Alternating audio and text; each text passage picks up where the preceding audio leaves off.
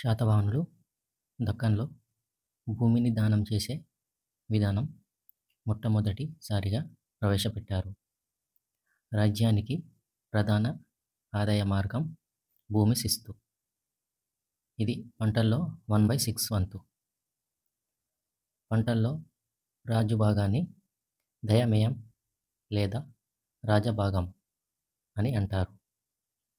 శాతవాహన ప్రజలు జీవనాధారం వ్యవసాయం. వృత్తి సంఘాలను శ్రేణులు అని పిలిచేవారు. ప్రతి శ్రేణి అధ్యక్షుడిని శ్రేష్ఠి లేదా శెట్టి అని అంటారు.